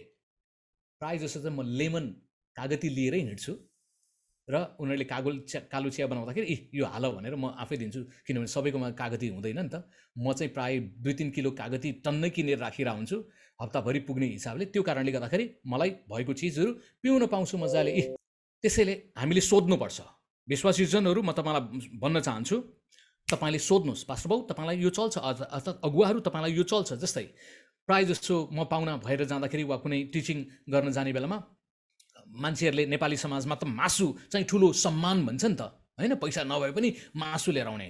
मैले त्यो कुरा थाहा पाउनु साथ मैले भन्छु, तपाईँले मेरो लागि किन खोज्या हो, नगर्नु। मलाई हरियो परियो मनपर्छ, सागसब्जी मनपर्छ, सुप बनाउनुहोस्, झोलिलो कुराहरू, चिप्ले भेन्टीमा पनि तङ्ग्रङ्ग सुप हाल्नुहोस्, आमामा क्या मजाले मुखमा हाल्न साथ ब्रेक फेल भएर स्वाट्टै पेटमा जान्छ। त्यस्तो मजा त खानालाई। त्यो मासु चपाउनु पनि दाँतलाई पनि दुःख, अड्किन्छ पनि, पचाउनु पनि गाह्रो, रोगको पोको के होला होला। त्यो चौटा छोक्रा तपाईँ खानु, बनाउने नै मन छ भने झोल सुप चाहिँ मलाई दिनु भन्छु क्या। त्यसैले इन ए सेन्स म सस्तो पनि व्यक्ति हो एक हिसाबले। मलाई हरियो परियो उमालेर खानिदियो भने आनन्दले खाइदिन्छु। दाल पकाउन पनि पर्दैन, सुप बनाऊ चिप्ले भेन्टीमा, भन्टामा, मुलामा वा क्वाटीमा, त्यो चाहिँ स्वास्थ्यवर्धक हो, त्यसरी ताजा हुन्छ। म चाहिँ जिब्रोको निम्ति खान्न, स्वास्थ्यको निम्ति खान्छु। त्यसले ताजा बनाउन सक्छ। म आज बिहान एकजना देउराली भन्ने सगरमाथा अञ्चलको पास्टरसँग धेरै वर्षपछि फोन भयो, झन्डै 12 वर्ष भयो कि क्या हो। उहाँले भन्नुभयो, तपाईँ के हो सर, तपाईँ त पहिलाको भन्दा ताजा देखिनु भएको छ त भने। अनि मैले भने अब के तपाईँहरू पाहाडको चिज खाएर बाँचेको, म चाहिँ यहाँ यी सुप र हरियो परियो खाएर बाँचेको छु भने हरियो परियो देखाइदिएँ। उहाँलाई छक पर्नुभयो। त्यसैले सागसब्जी राम्रो कुरा छ, सोधौँ। मुख्य आशय पास्टर अगुवाहरूलाई सोध्ने है। अनि अर्को कुरा, हाम्रो नेपाली संस्कार चाहिँ जति धेरै खायो त्यति खुसी मनाउँछौँ है हामी। अइमानदार संस्कृति। मेरो चाहिँ सिस्टम चाहिँ यसुको सिस्टम नै छ क्या। तिमीहरूको कुरा हो भने हो, होइन भने होइन। तपाईँले मलाई खानालाई सोध्नुभयो भने म टन्न छु भने माफ गर्नुहोस्, धन्यवाद, म भर्खरै खाना खाएको, म खान्न। तर नेपाली कल्चरले के भन्छ, होइन खानुस् न, खानुस् न। मलाई त त्यो मन पर्दैन, त्यो दुष्ट बाटो भन्छु म। किनभने यसुको कुरा के छ, हो भने हो, होइन भने होइन। मलाई खाने मन छ भने माग्छु पनि, होइन भने जबरजस्ती गरेर खानै पर्छ, तपाईँ खाइदियो भने मात्र खुसी हुन्छ भने के हुन्छ, बिचरा त्यो पास्टर चाँडै मर्यो नि हो। त्यसैले अतिथि सत्कारको नाममा हामीले कहिलेकाहीँ पाहुनालाई मार्ने काम, बिमारी बनाउने काम गर्नु हुँदैन। अलिकति कडा कुरा आउँदैछ है। हाम्रो नेपाली समाजमा पास्टर अगुवाहरूलाई प्राय के भनेर सिकाइयो भने, वर्षौँसम्म तिमीलाई जे दिन्छ खाइदेऊ, प्रश्न नगरिकन, जस्तो छ खाइदेऊ। म चाहिँ अब त्यो कुरा मान्दिनँ। अब हाम्रा विश्वासीहरूलाई सिकाउनु पर्छ, तिमी पनि बामपुड्के नबन। उनीहरूले वर्षौँसम्म त्यत्रो खाए, अब तिमीले पनि एउटा बानी सिक। सोधौँ, पास्टर बाउ, अगुवाजन, तपाईँलाई यो चल्छ, के चाहिँ गरौँ, मैले यो विचार गरेको छु भन्दा उसले होइन होइन मलाई यो मात्र गर्नुहोस् न, सिद्धिहाल्यो नि, एनी प्रब्लम, नो प्रब्लम। त्यसैले सोध्ने बानी गरौँ ल। अनि उसलाई भुइँमा सुताइदिए पनि सुत्दिने। अनि त्यही कारणले बिचरा चाँडै बित्नुभयो। एउटा काठमाडौँको 5-7 वर्ष अगाडि सायद बित्नुभयो होला त्यो पास्टर। तर चर्चको मान्छेहरूले चाहिँ गौरव गरे के। अनि मेरो भनाइ चाहिँ, जहाँ पाएँ त्यहीँ सुताउने होइन पास्टर अगुवाहरूलाई, जे पाए त्यही खान दिने होइन, जुन पाए त्यही बेलामा बोलाउने होइन। अनि मलाई थाहा छ कोही कोही चितवनमा त्यही पास्टर जो चाँडै बित्नुभयो, चितवनमा मान्छे मर्यो भने उसलाई गाड्नको निम्ति, फ्युनरल म्यासेजको निम्ति उसलाई बोलाउने, अनि उनको बुढा मान्छे आउने, बिहामा पनि आउने। व्यक्तिगत तपाईँले मलाई क्रिसमसमा 12 ठाउँमा बोलाउने चलन थियो, यता आउनु उता आउनु। मैले त कडासँग भन्छु, सरी म आउन सक्दिनँ। अरूलाई मात्र रक्षा गर्ने होइन, पास्टरले आफ्नो पनि रक्षा गर्न जान्नुपर्छ है। कहिलेकाहीँ हामी बढी अरूलाई रक्षा गर्दाखेरि आफू चाहिँ असुरक्षित भएर दुःख पाउन सक्छौँ। त्यसैले आफ्नो पनि जतन गर्नुपर्छ, आफ्नो स्वास्थ्यको पनि रक्षा गर्ने चेक एन्ड ब्यालेन्स चाहिँ हुनुपर्छ। अर्को कुरा, गल्ती गर्दाखेरि गोपनीयताको सुरक्षा गर्ने काम पनि पास्टर अगुवाहरूले गर्नुपर्छ। कहिलेकाहीँ छोराछोरीहरूले होइन जान अनजानमा गल्ती गरेको हुनसक्छ, अनि तपाईँले त्यसको पुरै भण्डाफोर गर्नुहुन्न नि होइन। जस्तै हाम्रो बालबच्चाहरू, छोराछोरीहरूले प्रायः जसो सानो छँदाखेरि ओछ्यानमा पिसाब पनि गर्छ होइन त। तर हामीले छोराछोरीहरूले पिसाब गऱ्यो भने सबैलाई भन्दै हिँड्छौँ त, ए मेरो छोराछोरी यो मुतु आयो, यो मान्छे मात्र राम्रो, तर ओछ्यानमा मुतेर बस्छ, हगु आयो भनेर भन्छौँ, कहिले पनि भन्दैनौँ नि। छोड, सानो चिज हो। हामीले पनि मुत्या थियौँ होला नि त। मलाई थाहा छ, म सानो छँदाखेरि कहिलेकाहीँ राति 2 चोटिसम्म मुत्थेँ। अनि त्यो मुतेको चिज पिटाइ खानबाट बच्नको निम्ति मैले खुट्टाले त्यसलाई रगडेर त्यो तन्यालाई त्यो पुरा तातो बनाएर त्यो सुक्खा बनाउने प्रयास गर्थेँ। हामी पनि मुतेरै हुर्क्या हो नि त। अब मुतेर भन्दैमा पिट्ने गर्ने, दुनियाँलाई बेइज्जत गर्ने त काम गर्दैनौँ नि। चर्चमा पनि कहिलेकाहीँ कतिपय मान्छेले जानेर अनजानमा गल्ती गरे हुनसक्छ, अनि ए फलानुले यो गर्यो त्यो गर्यो भनेर भन्दैन। पास्टरको हृदयले के भन्छ भने, प्रेमले असङ्ख्य पापहरू ढाक्दछ उसलाई। ठिक छ, सम्झाउने, बुझाउने, पुनर्स्थापित गर्ने काममा ऊ रक्षा सुरक्षा गर्ने भन्दाखेरि कहिलेकाहीँ भेडा बाख्राहरूलाई, चौपायाहरूलाई यसरी छाला चर्मजुर रोग लाग्न सक्छ, किर्ना उपियाँ लाग्न सक्छ, बाहिरबाट आक्रमण हुनसक्छ। हाम्रो वस्तुहरू छ, अब म पशुपालक पनि हो, चितवनमा खेतीपाती सँगसँगै वस्तुपालन छ। करिबन हाम्रोमा 100वटा जस्तो वस्तुभाउहरू छ, गाई, भैँसी, बोका बाख्राहरू, त्यसको बच्चाहरू, पाडा पाडीहरू, खरायो, हाँस छ, कुकुर 4वटा छ, ओके, 100वटा भन्दा बढी। अनि कहिलेकाहीँ कौवाहरू आएर त्यो सानसानो पाठापाठीहरूको आँखा ठुङ्न खोज्छ, वा त्यसको नाभि निस्केको हुन्छ, नाभिलाई कौवाहरूले तानेर लैजान खोज्छ। कहिलेकाहीँ मङ्गुस, न्याउरी मुसो पनि आएर त्यसले दुःख दिन खोज्छ, खरायोलाई मार्न खोज्छ। त्यसैले फेन्स, राम्रो बार लगाउने काम हामीले गर्नु पर्यो। कहिलेकाहीँ कौवाहरूले आएर त्यो गाईबस्तुहरूलाई ठुङ्दिन्छ, उनीहरूको सानो घाउ छ भने त्यसलाई ठुङ ठुङ ठुङ गरेर गरिदिन्छ, औषधि लगाउनु पर्यो, डक्टरलाई बोलाउनु पर्यो, जतन गर्नु पर्यो। आफूले जानेको आफैले गर्ने, नसकेको डक्टरसँग, हाम्रो 3 जना डक्टरसँग स्ट्यान्ड बाई एकदमै तयारी हुन्छ, कुनै पनि बेलामा फोन गर्न साथ उहाँहरू आउनुहुन्छ र कहिलेकाहीँ उहाँको सिफारिसमा हामीले औषधिहरू लगाउँछौँ र त्यो वस्तुभावको जतन हुन्छ। अब आत्मिक तवरले चर्चमा कहिलेकाहीँ विशेष सङ्गति लिएर आउने, विशेष शिक्षकहरू हुनसक्छ, जागृति सभाहरू हुन्छ, यो विशेष प्रकारको शिक्षाहरूद्वारा, तालिमद्वारा पनि यो आत्मिकी समस्याहरूलाई समाधान गर्नको निम्ति हामीले केही कदम गर्न सक्छौँ। त्यसैले पाहुना वक्ताहरू आउनु मेरो विचारमा चर्चको निम्ति एकदमै स्वास्थ्यवर्धक कुरा हो। नत्र कुवा जस्तो भइराख्यो भने, आफ्नो चर्चको मात्रै बगालको ऊ छ भने त्यसले ताजा बनाउन सक्दैन। त्यसैले अर्को चर्चबाट पनि वा अरू जग्गाबाट प्रभुमा रहेका मानिसहरू आएर मिल्छ भने त्यो चर्च चाहिँ ताजापना हुन्छ के। फाइभफोल्ड मिनिस्ट्रीको यो पञ्चदलीय सेवकाईको एउटा महत्त्वपूर्ण कुरा के हो भने, तपाईँको चर्चमा अगमवक्ता छैन भने अर्को चर्चमा छ भने उसलाई तपाईँको चर्चमा विशेष प्रकारको सङ्गति गर्नलाई बोलायो भने ताजापना लिएर आउँछ, वा प्रेरित ल्यायो भने उसको कुराले मानिसहरू सेवाको उसमा जोस जाँगर प्राप्त गर्न सक्छ होला। त्यसैले स्पेसल टिचिङहरू, जुम पनि एक हिसाबको स्पेसल टिचिङ अहिले एउटा लकडाउनको राम्रो सदुपयोग हो र मान्छेहरूले सिकोस् बुझोस् भन्ने एउटा चाहना हाम्रो भाइ सिमोन आफै पनि शिक्षक जवानको रूपमा बढिराखेको पास्टरल मिनिस्ट्री पनि यो यसरी सङ्गति गर्ने चाहना पनि पार्ट अफ पास्टरल हार्ट हो। यो कुरा राम्रै कुरा छ र सङ्गति गर्ने मौका पाएर मानिसहरू आत्मिक तवरले बढ्ने मौका पनि पाइराखेका छन्। कहिलेकाहीँ यो वस्तुहरू ब्याउँदैन है, हाम्रोमा कहिलेकाहीँ ब्याउँदैन, उसले बोका खोज्या हुनसक्छ, राँगा खोजेको हुनसक्छ, गोरु खोजेको हुनसक्छ, अनि तर ल्याउँदाखेरि पनि ब्याउँदैन। अनि त्यो बेलामा स्पेसल डक्टरहरूलाई लिएर आउनु पर्यो। कहिलेकाहीँ आत्मिक तवरले मान्छेहरूको वृद्धि हुन सकिराखेको छैन भने त्यो समाधान आफ्नैबाट भन्दा पनि कहिलेकाहीँ स्पेसल ट्रेनिङमा उसलाई पठाइदिनु पर्ने होला, वा स्पेसल मान्छेलाई बोलाएर वा जो चाहिँ त्यो विषयमा फ्यामिली काउन्सिलिङका कुराहरूमा त्यो गर्ने कुरा पनि होला, वा प्रोफेटिक मिनिस्ट्री अगमवक्ताहरूको सेवकाई लिएर आएर त्यसलाई ट्याकल गर्ने होला। र यसरी अरूहरूसँग सहकार्य गर्दाखेरि हाम्रो समस्याको समाधान हुनसक्छ। अनि कहिलेकाहीँ हामीले काम लाग्दो छैन भनेर फाल्न खोजिराखेका चिज नै कति राम्रो चिज भएर हुनसक्छ। हाम्रोमा एउटा गाई छ, बडो अनौठो गाई छ, 6-7 वर्ष अगाडि त्यसलाई कटुवामा फाल्न खोजेको। यो प्राय इन्डियातिर गाई काट्नेहरूले लैजान्छन्, यो प्राय मुस्लिम राष्ट्रहरूमा त्यो जान्छ।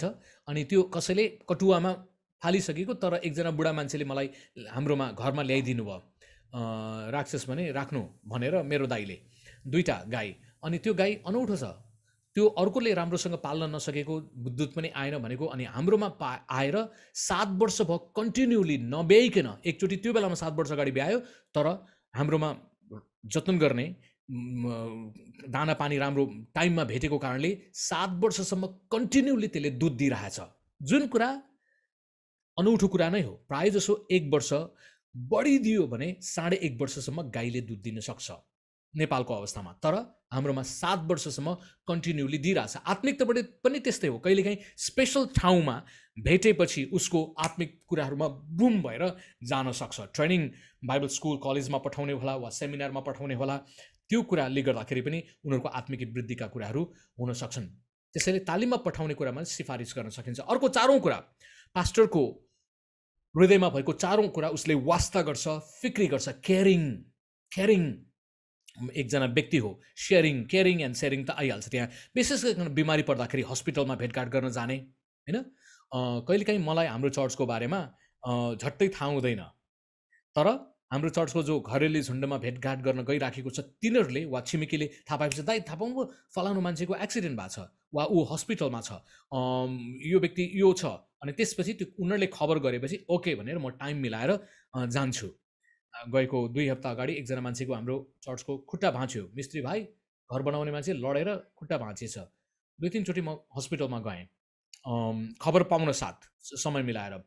आज बिहान सबेरै मैले एकजना मान्छे हाम्रो चर्चको विश्वासीको खबर पाएँ, कोभिड भएको कारणले गर्दाखेरि हस्पिटल लगेको छ अरे। अब डक्टरले त सिफारिस गरे सक्बर त्यस्तो मान्छेलाई नभेट्नु भन्छन्, त्यसैले फोनबाट नै अहिले सम्पर्क गर्न सकिन्छ।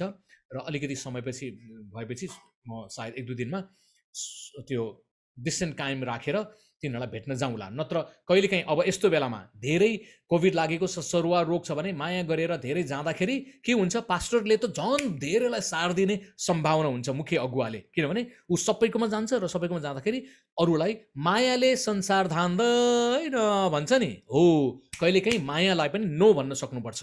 माया गर्यो फोनबाट हेलो हाई गरिदिने है, नत्र म तिनीहरूलाई भेट्न थालेँ भने त्यसलाई भेट्छु, अरूलाई पनि भेट्न जानुपर्छ। सबैसँग मायाको बोनस कोरोना भाइरसको कुराहरू जान सक्छ। त्यसैले नो भनेर बुद्धि पुर्याउने पनि समय छ। बाइबलले भन्छ सबै कुराको समय छ है। मैले थाहा पाए अनुसार काठमाडौँको एउटा ठुलो चर्चमा 200 भन्दा बढी मान्छेहरूलाई कोभिड भयो र केही पास्टर अगुवाहरू चाहिँ कोभिडको कारणले गर्दाखेरि बित्नुभयो। एउटा कुरा के थाहा पाइयो भने विवाहको कार्यक्रममा धेरै जसो क्रिस्चियनको पनि बाहिरको पनि विवाहको कार्यक्रममा लसपस हुन्छ, भेटघाट हुन्छ, अनि त्यो बेलामा नै कोभिडको कुराहरू त्यो भाइरस सरेर मान्छेहरू समस्यामा परेको छ। अघि म आउनुभन्दा अगाडि एउटा सानो सोसियल मिडियामा एउटा क्लिप देखेका थिएँ। यो भ्याक्सिन लगाउनुको निम्ति आम्मामामामा मान्छेहरूको भिड यस्तो थियो कि तिनीहरूले त 1-1 लाख रुपियाँको बोनस पाउला जस्तै नै क्यास दिने जस्तै गरेर मान्छेको ताती पुरा भिड पो थियो। अनि मैले मनमनमा सम्झेँ, आहा बाँच्नको निम्ति भनेर सुई लगाउन जाने, तर त्यो कनेक्सनमा हुँदाखेरि तिनीहरू नै कोभिड भएको छ भने त त्यही कुराले त मर्ने सम्भावना पनि हुँदो रहेछ। त्यही कारणले गर्दाखेरि सरकारको पनि गल्ती हो। एकैचोटि त्यत्रो हजारौंको भिड अचम्म लाग्यो। कहाँको हो त्यो मलाई ठ्याक्कै एक्ज्याक्टली थाहा भएन। म हतारमा सर्फ गर्दाखेरि देखेको कोरोनाको सुई लगाउनको निम्ति लाइन बसेको भनेर पुरा त्यो गरिरहेको थियो। त्यसैले हामीले याद गर्न आवश्यक छ है। मैले अहिलेसम्म चाहिँ सुई लगाइसकेका छैन। मेरो नेचुरल दिमागले चाहिँ सुई नलगाउने नै भन्ने मानसिकता हो। तर मर्नुभन्दा बौलाउनु निको। यदि सरकारले होइन तैँले लाउनै पर्छ भनेर भन्यो भने मात्रै म लगाउने हो, नत्र बाई माई चोइस। यदि मानव अधिकारको सम्मान गर्ने हो भने चाहिँ म बरु लगाउँदिनँ भन्ने एउटा सोचाइ। तर यही बिचमा क्रिसमसतिर दुबईतिर र कतातिर प्रचार गर्नलाई बोलाइरहेछ, अनि म चाहिँ दोमनमा भइरहेको छु। त्यहाँ जानको निम्ति एउटा योग्यता भनेको सुई लगाउनै पर्छ। अनि म चाहिँ मादल बजिरहेछ, जाउँ कि नजाउँ। घुम्ने पनि मन छ, 1 महिनाको एउटा राम्रो ट्रिप पनि छ, सुविधा धेरै पनि रहेछ। तर मैले सोचेँ चौटा खाना गएकी बुढी झोलमा डुबेर मर्ने हो कि भन्ने पनि डर छ। त्यसैले धेरै जसो नजाने भन्ने हिसाबमा लागिरहेको छु। हेरौँ अब के हुन्छ है, हेरौँ। ओके, हामीले हेर्दै थियौँ दुःख पर्दा भेटघाट गर्ने, घरेलु सङ्गति गर्ने, भेटघाट गर्ने, यो पनि पार्ट अफ पास्टरल मिनिस्ट्री नै हो। आज मेरो 5वटा घरलाई भिजिट गर्ने योजना थियो। हिजोको दिनमा 5वटा घरमा भिजिट गरेँ। आज थियो तर मैले भ्याइनँ। अर्को एउटा पाठ पनि तयार पार्नुपर्ने कारणले गर्दाखेरि अलिकति भ्याइनँ। तर हप्तामा अनिवार्य रूपमा पास्टर केयर अनुसार मण्डलीका अगुवाहरू चाहिँ विश्वासीहरूलाई मिल्छ भने भेट्न जाने हाम्रो गाउँघरमा ठिकै छ। कहिलेकाहीँ फोन पनि गर्न सकिन्छ। हेलो हाई भनेर सानो भए पनि भेटघाट गर्नु राम्रै कुरा हुनसक्छ। अहिले त फोनबाट सोसियल मिडियाबाट पनि सम्पर्क गर्न सकिन्छ। यो बिचमा मेरो थुप्रै एउटा कुरा चाहिँ के भइरहेछ भने हाम्रो चर्चको लागि मात्र होइन, अरू चर्चको मान्छेहरूलाई पनि सल्लाह सुझावका कुराहरू भइरहेछ। विभिन्न समस्यामा परेका मान्छेहरूले मलाई फोन गर्छन्, दिउँसो उनीहरूको काउन्सिलिङका कुराहरू हुन्छन्, प्रार्थना गर्ने कुरा कहाँनिर हुनसक्छ। त्यो पनि एउटा पार्ट अफ ग्लोबल इलेक्ट्रोनिक चर्चमा छौँ नि त अहिले हामी इलेक्ट्रोनिक चर्चमा छौँ है। एउटा विद्युतीय मण्डली हो नि त यो ग्लोबल चर्च। त्यसैले यसरी पनि हाम्रो दान वरदानलाई व्यक्त गर्न सकिन्छ। अर्को क्लिप हेरौँ। हामी समयको अन्ततिर पुग्दैछौँ। पास्टरको लागि महत्त्वपूर्ण पदहरू लेख्नेहरूले लेख्दै गर्नुहोस्। पहिलो पत्रुस 4:8, प्रेमले असङ्ख्य पापहरू ढाक्दछ। एकदमै राम्रो कुरा। क्षमाको मान्छे हो पास्टर चाहिँ। उसले तिललाई पहाड बनाउँदैन, बरु पहाडलाई तिल बनाउन खोज्छ। उसले पुनर्स्थापित गर्न खोज्छ। यूहन्ना 8:1-11 हामीलाई थाहा छ, बेविचारमा पक्रा परेकी स्त्रीलाई फरिसीहरूले, शास्त्रीहरूले लिएर आएर प्रभु व्यवस्थाले त ढुङ्गाले हानेर मार भन्नु भनेर भन्छ, तपाईँ के भन्नुहुन्छ? अनि प्रभुले तिनीहरूको हृदयको कपटपनालाई देख्नुभयो, त्यहाँ अन्याय पनि देख्नुभयो। व्यवस्थाले के भन्छ भने दुवैजनालाई मार्ने हो, महिला र पुरुष दुवैजनालाई। तर यिनीहरूले महिलालाई मात्रै लिएर आएको छ, पुरुषलाई लिएर आएको छैन। महिला चाहिँ चोखो हुनुपर्छ, व्यभिचार रहित हुनुपर्छ, पुरुष चाहिँ जुठो भए नै हुन्छ भन्ने मानसिकता कता कता सारा संसारमा छ। अनि यसुले यो अन्याय देख्नुभयो र उहाँले प्रेमपूर्वक तितो सत्य भन्नुभयो। तर एकदमै डिप्लोमेटिक तपाईँले तिमीहरूमध्ये जो पाप रहित छ त्यसले पहिलो ढुङ्गा हिर्काओस्। सबै मान्छे ट्वाँ पर्यो र उनीहरूले महसुस गरे म पनि चोखो त छैन बा। प्रभुले देख्यो कि क्या हो, भुन्टीसँग सल्किया थिएँ म वा पुन्टीसँग लाएको थिएँ, देख्नुभयो कि क्या हो, उसलाई डर लाग्यो होला, भागे सब साइला माइला काइला अन्तरे जन्तरे सब छोडेर गए, कसैले पनि ढुङ्गाले हिर्काएन। येशूले त्यो महिलालाई के भन्नुभयो, तिमीलाई दोष देखाउनेहरू कहाँ गए? तिनीहरू गए। येशूले त्यसलाई सोध्नुभयो, जाऊ, म पनि तिमीलाई दोषी ठहराउँदिनँ, तर अबदेखि पाप नगर। अनुग्रह पनि छ, सत्यता पनि छ। अबदेखि पाप नगर।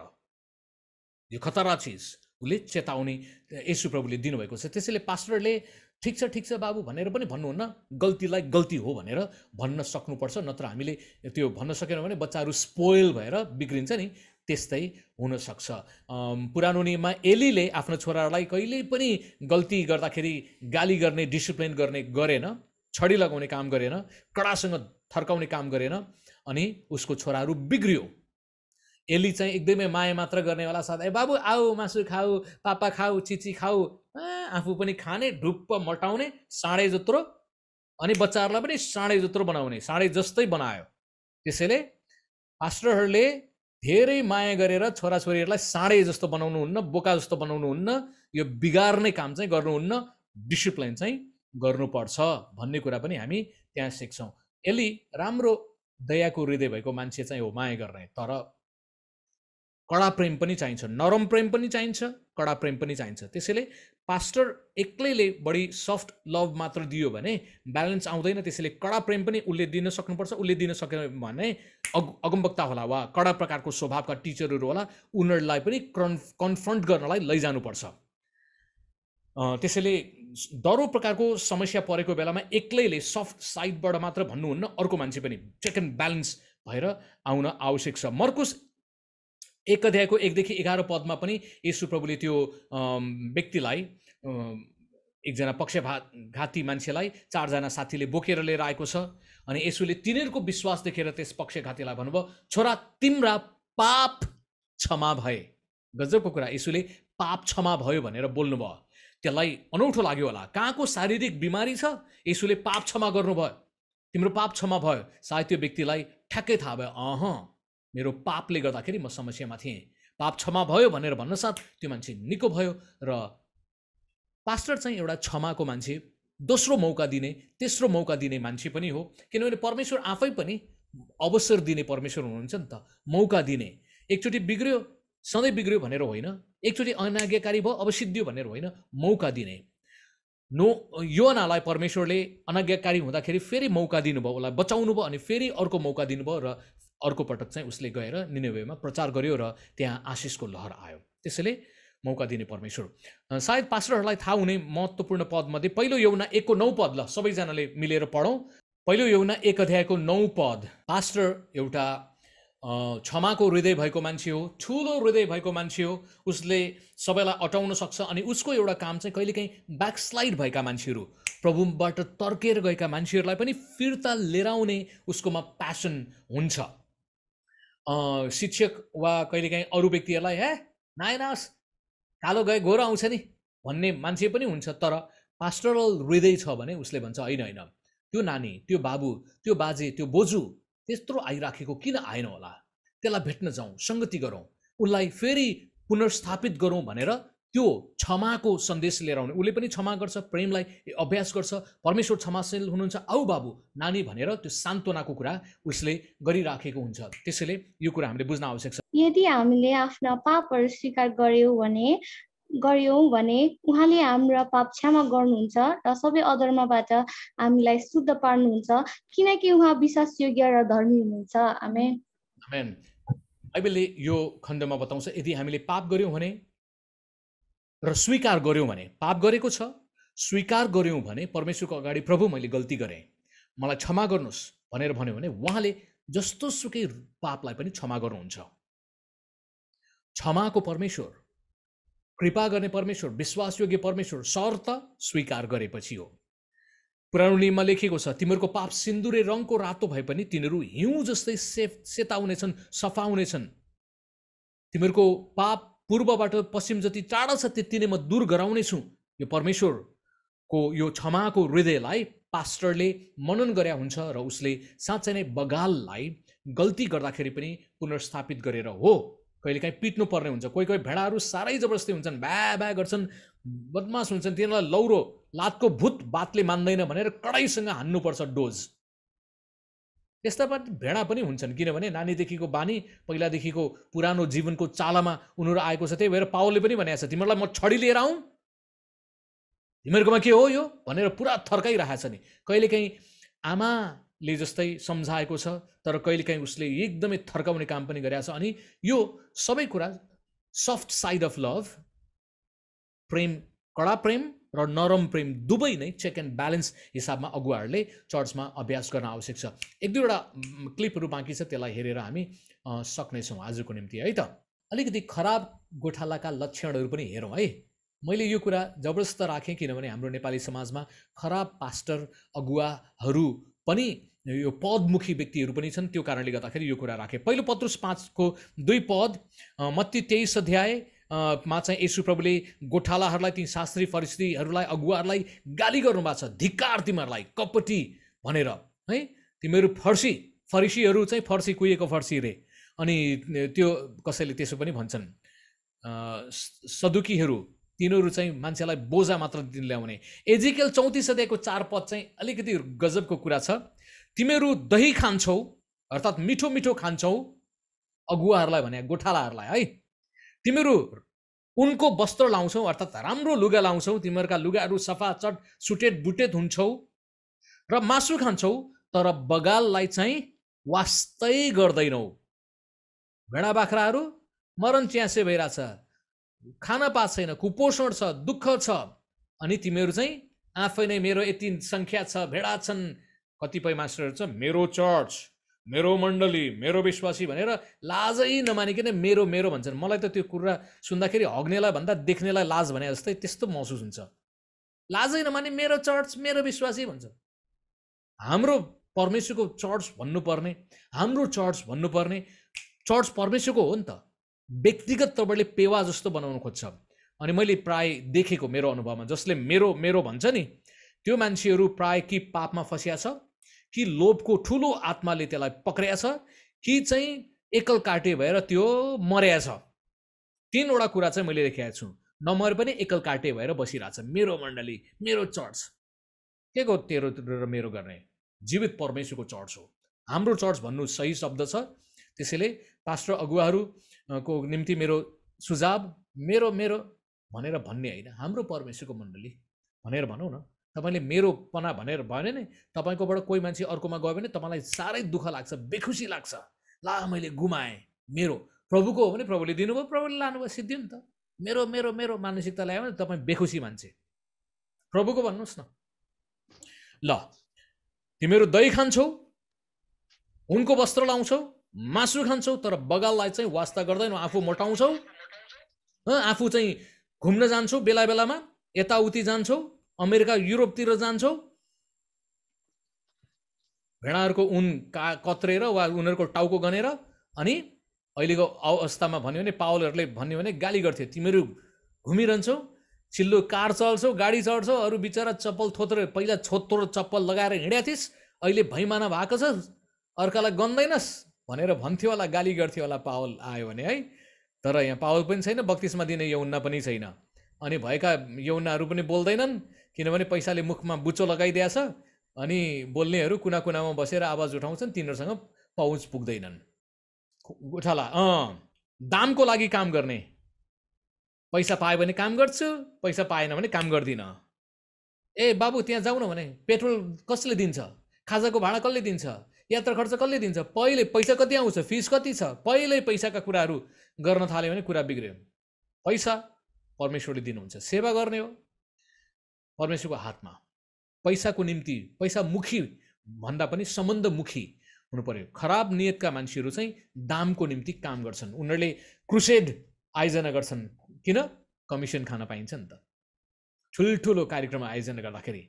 अनि मैले चाहिँ प्राय काठमाडौँको मान्छेहरूलाई भन्ने, सहरका मान्छेहरूलाई भन्ने, तिमीहरूले क्रुसेड गर्छौ, पास्टर सेमिनार गर्छौ, नेपालको स्थानीय मान्छेलाई वा अफ्रिकाको काले वक्तालाई किन बोलाउँदैनौ? किन गोरालाई मात्र बोलाउँछौ? कुरा स्पष्ट छ, नबोलिएको कुरा। गोरासँग टन्न पैसा छ, त्यसले आते जाते खाते आयोजकलाई पनि टन्न पैसा दिन्छ। उसले वर्षमा बेला बेलामा टाउको देखाउनको निम्ति मेरा मान्छे भनेर झुटो रिपोर्ट बनाएर इम्प्रेसन दिएर भनेर क्रुसेड गर्छन्। नेपालीलाई चाहिँ उनीहरूले परिचालन गर्नै खोज्दैन। उनीहरूको सङ्गति गोराहरूसँग मात्र हाई हेलो भइरहेको हुन्छ। त्यसैले मलाई चाहिँ यो बढी गोराहरू वक्ताहरू लिएर आउने व्यक्तिहरूसँग चाहिँ प्रश्न गर्न मन लाग्छ क्या। हो, गोरालाई पनि लिएर आऊ, अन्तर्राष्ट्रिय परमेश्वर हुनुहुन्छ, तर त्यो वक्तासँगै नेपालीलाई पनि राख न सँगसँगै। प्रभुको नेपालीहरूलाई पनि मौका देऊ। कालो मान्छे भनेर गरिब देशको मान्छे पैसा नभयो भने त्यसलाई सम्मान नगर्ने भन्ने कुरा गर्नु हुँदैन। नेपालीलाई पनि मौका देऊ। अनि त्यो चाहिँ चाहना। अनि मेरो चाहना चाहिँ काला मान्छेहरूलाई पनि हेर्ने मन छ क्या। तपाईँहरूको चर्चमा सोधौँ ल, तपाईँहरूको चर्चमा कालो अफ्रिकाको मान्छेले कतिजनाले बोलेको छ ल? त्यो हटाइदेऊ त। अफ्रिकाको मान्छेले, कालो मान्छेले तपाईँ बोलेको कतिजनाले सुन्नुभएको छ तपाईँहरूको चर्चमा वा नेपालको सभा सम्मेलनमा कन्फरेन्समा बोलेको? अफ्रिकन मान्छेहरूलाई पनि बोलाऊ न। हो, तिनीहरूसँग पैसा छैन, तर पैसा नभए पनि हामीले तिरेर पठाइदिउँ तिनीहरूलाई। हाम्रो चर्चमा एक दिन कालो मान्छेलाई बोलाएँ मैले, प्रेम भेटी पनि दिउँ। छक्कै पर्यो। नेपालको चर्चमा बोल्दाखेरि मैले पहिलो पटक भेटी पाएको भन्छ। उसले सोचे पनि थिएन अरे। अनि हामीले विशेष उसमा बोल्नेहरूलाई त प्रायदेखि 5,000 जस्तो रुपियाँ दिएको थियौँ। उसको लागि त अफ्रिकाको लागि ठुलो रहेछ, $50 समथिङ, $50 दिएको थियौँ। खुसी भयो। हाम्रो चर्चमा एक दिन बोल्नेलाई, चर्चमा आएर बोल्नेलाई हामीले 1,000 रुपियाँ दिने चलन गरेका छौँ। त्यो पनि राम्रै कुरा हो। त्यो अफ्रिकन एकदम छक पर्यो। म त कालोलाई पनि लिएर आउने कुरामा विश्वास गर्छु। गोरा र कालो दुवैकोमा अगमबाणीको वरदान छ भने, राम्रो तगडा टिचर छ भने, मैले रोजाइमा राख्नु भने गोरा तिमी साइडमा बस, तिमी र म गफ गर्दै गर्छु, तर त्यसलाई बोल्न दिउँ है भनेर कालोलाई बोल्न दिन्छु म त। किनभने गोराको त दुनियाँले सुने हो नि त, कालोको कसले सुनेको छ? त्यसैले हाम्रो काम चाहिँ, मेरो काम चाहिँ बस्तीभित्रको हस्तीहरूलाई, तल तल त्यो नउठाएका मान्छेलाई, उपेक्षा गरेकोलाई उठाउने एउटा काम चाहिँ मेरो प्यासन त्यसरी जान्छ। म चाहिँ अलि बलियो मान्छे, धनी मान्छेलाई लिएर आउनुपर्छ भन्ने सोचाइ राख्दिनँ। गोरा ठिक छ, पछि आउँला तिम्रो पनि पालो, वा तिमीले पनि एउटा सेसन गर, उसले पनि एउटा सेसन, ताकि कालो चक्लेट पनि भयो त्यहाँ अनि गोरो आइसक्रिम पनि भयो, दुइटैको स्वाद हुने भयो नि त, सबैलाई मिलाएर गर्न पनि सकिन्छ। ल, अर्को क्लिपमा जाउँ। अर्को क्लिपमा है त, पदको लोभी। कोही मान्छे चाहिँ पुलपिट चाहिँ मेरो मात्र पेवा हो भन्ने विचार गर्छन् र अरू समूहसँग काम गर्न चाहँदैन। अनि यो चाहिँ राम्रो बानी होइन। नेपालमा चाहिँ कम्तीमा नि राम्रो कुरा के छ भने, पुलपिट सेयर गर्ने चलन छ है नेपालको। एक दिन एकजनाले बोल्नुहुन्छ, अर्को दिन अर्कोले बोल्या हुन्छ, पालै पालो। मलाई लाग्छ यो त एकदमै राम्रो चलन हो। प्रार्थनासहित यसरी लिएर आउँदाखेरि सबै मान्छेले आफ्नो दान वरदानलाई विकास गर्ने मौका पाउँछ र सेयरिङ गर्ने मण्डलीको निम्ति पनि स्वस्थ हुन्छ। अमेरिकाको मेगा चर्चहरूमा प्राय एउटै वक्ताले बोलेको तपाईँले देख्नुहुन्छ। जोइस मायरलाई तपाईँले देख्नुहुन्छ। त्यस्तै गरिकन डेरिक प्रिन्स भन्ने व्यक्ति, के अरे अहिले जोएल भन्ने लाई तपाईँले देख्नुहुन्छ। एकजनाले मात्रै बोलिराखेका हुन्छ नि, उनीहरूले वर्षौँसम्म एउटै वक्ताले बोल्ने उनीहरूको चलन छ। मलाई चाहिँ व्यक्तिगत तौरले त्यो कुरा लाग्दैन। त्यो पदको लोभी हो, पुलपिटको लोभी चाहिँ हुनु हुँदैन। हामीले पुलपिट सेयर गर्नु राम्रो कुरा हो। हामी समूहमा काम गर्न आवश्यक छ। अर्काको भेडा चोर्ने, भेडा चोर पास्टरहरू पनि छ नेपालमा। मण्डली जहाँ मण्डली छ त्यहीँ आएर मण्डली सुरु गर्छ साम्प्रदायिक विचार लिएर। त्यहाँ राम्रो भएन रे, अब हाम्रो चर्च चाहिँ राम्रो हुन्छ रे।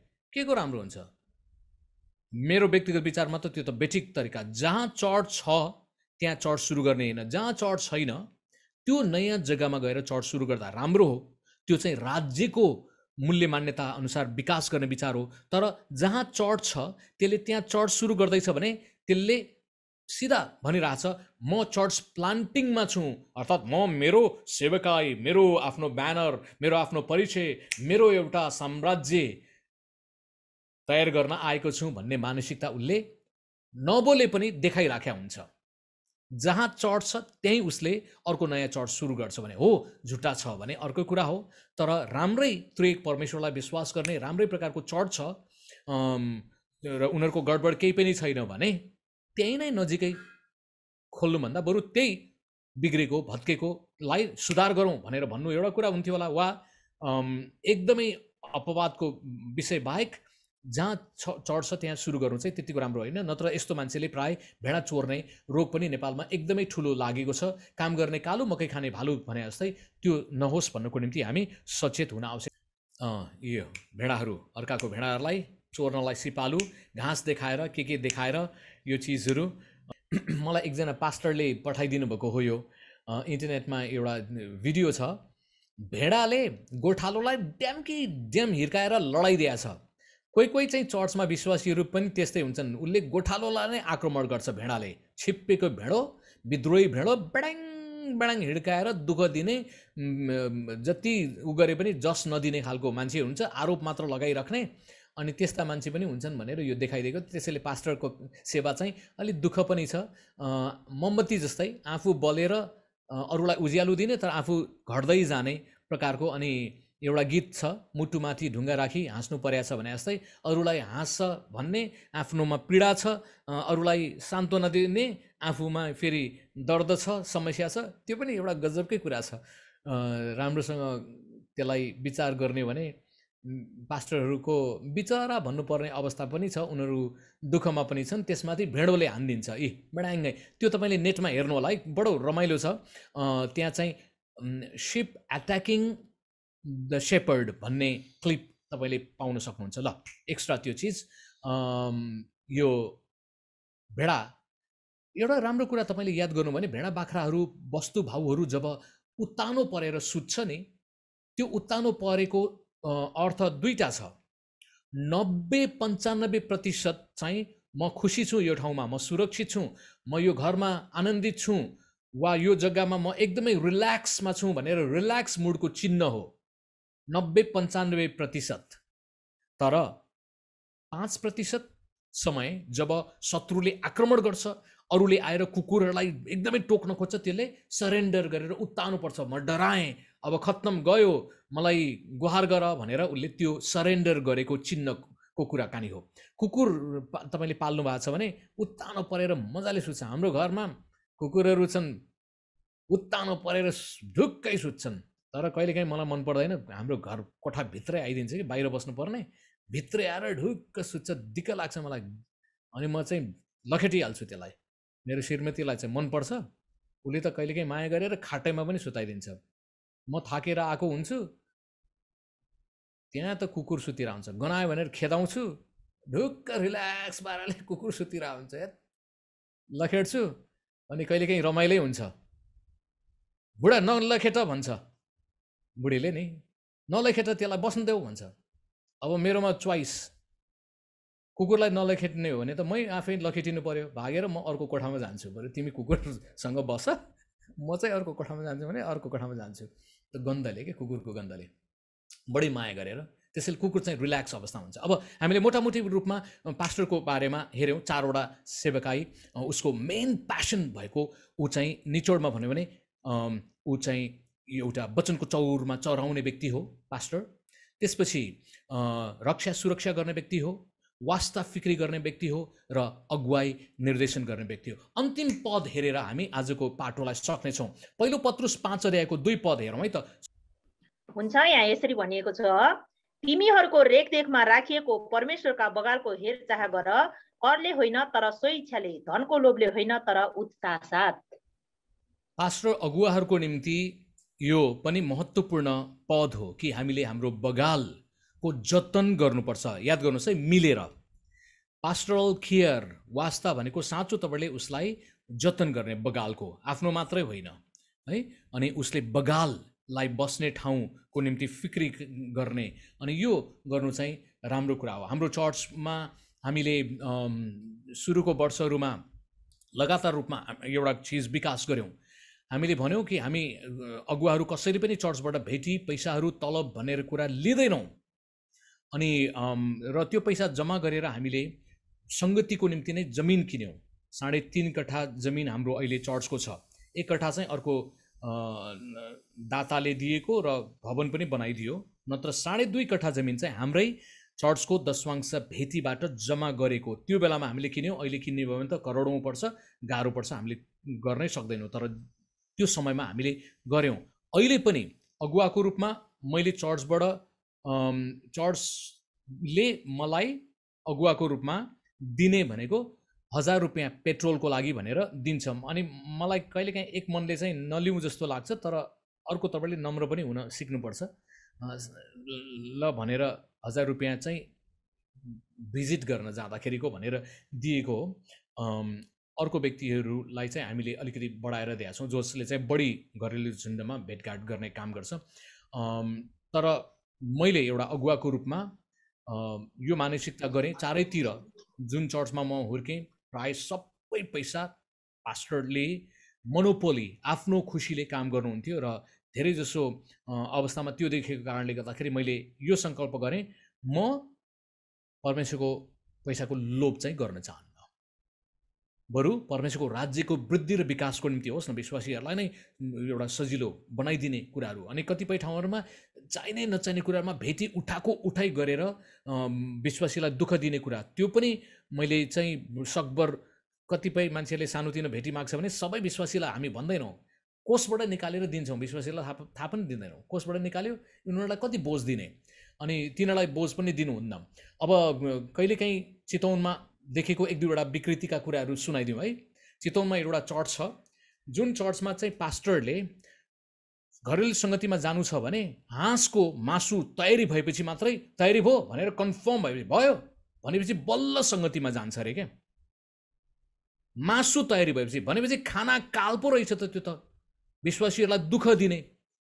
अनि त्यो चाहिँ यो पर्सातिरको क्षेत्रको, भरतपुरतिरको क्षेत्रमा अर्को बुढापाकाहरू छन् है, तिमीहरू हिन्दू छँदाखेरि गुरुहरूलाई जाँड दिन्थ्यो, रक्सी दिन्थ्यो, यो दिन्थ्यो, हामी अगुवा आउँदाखेरि राम्रो मासु पनि नदिने, ढेँडो खानु मन लागेछ ढेँडो पनि नदिने, हामीलाई यो चिज नदिने, पहिला कति खर्च गर्छौ तिमीहरू भनेर थर्काएर उनीहरूलाई माग्नुपर्ने। अनि मलाई चाहिँ त्यो कुरा एकदमै मन पर्दैन। हाम्रो चर्चमा चाहिँ अलिकति वर्षौँसम्म चाहिँ मैले त मेरो आफ्नो पानी लिएर गएको हुन्छु, चिया कालो चियासम्मको कल्चर चाहिँ गराएको थिएँ, सोधेर त्यो पनि मन पऱ्यो भने। जाडो महिनामा खाइन्छ, गर्मी महिनामा पानी मात्र भए पुग्छ, नगरौँ भनेर मैले धेरै वर्षसम्म सुरुको वर्षहरूमा धेरै चाहिँ गरेँ, यिनीहरूलाई दुःख नदिउँ भन्ने हिसाबले। तर पछि चाहिँ अलिकति केही फ्यामिलीहरू आउन थाल्यो, उनीहरू जो चाहिँ उनीहरूको खाने कल्चर हो, खाने कल्चरहरू हुन्छ नि कोही कोही जातिहरूको, खानुपर्ने खुवाउनु पर्ने, अनि उनीहरू आएपछि बिस्तारै सुरु भयो। मैले नाइ भन्न पनि सकिनँ, अनि पछि चाहिँ ल ठिक छ बनाउँछौ भने बनाऊ, खाउँला। तर अगुवाको रूपमा हामीले सकभर विश्वासीहरूलाई दुःख दिने, प्रेसर गर्ने, तिमीहरूले खुवाउनुपर्छ भनेर त्यो चिजहरू गर्दैनौँ। र अवश्य पनि सन्तुलन त हुनुपर्छ, जतन दुवैले दुवैको गर्ने कुरा पनि हुन आवश्यक छ। ल आजको निम्ति पास्टरको बारेमा भन्नुपर्ने कुराहरू धेरै थियो, तर मोटामोटी हामीले यहाँ नै सक्यौँ।